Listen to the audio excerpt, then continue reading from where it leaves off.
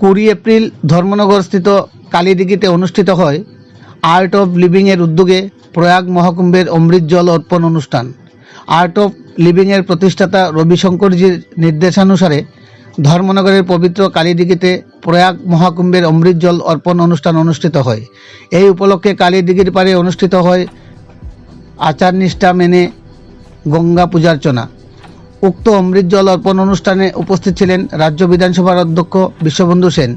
এছাড়াও উপস্থিত ছিলেন আগরতলা থেকে আগত আর্ট অফ লিভিংয়ের গুরুজিগণ এবং আর্ট অফ লিভিংয়ের ধর্মনগর শাখার সকল সদস্যবৃন্দরা।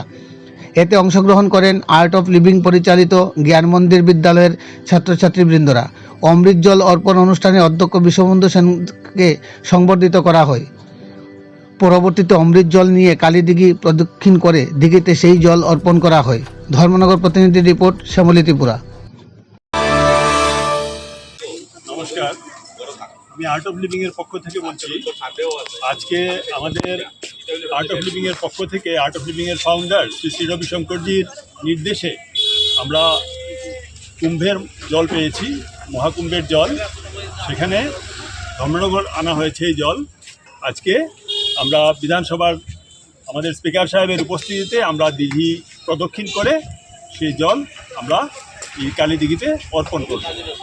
এই অনুষ্ঠান তার আগে আমাদের এখানে গঙ্গা পূজা এবং গুরু পূজা হয়ে গেল। আর আমাদের আগরতলা থেকেও প্রতিনিধিরা এসছেন। আমরা আগামী দিনে আমাদের কর্মসূচি ঠিক করব, কী করব আমরা আর্ট অফ লিভিং ধর্মনগর।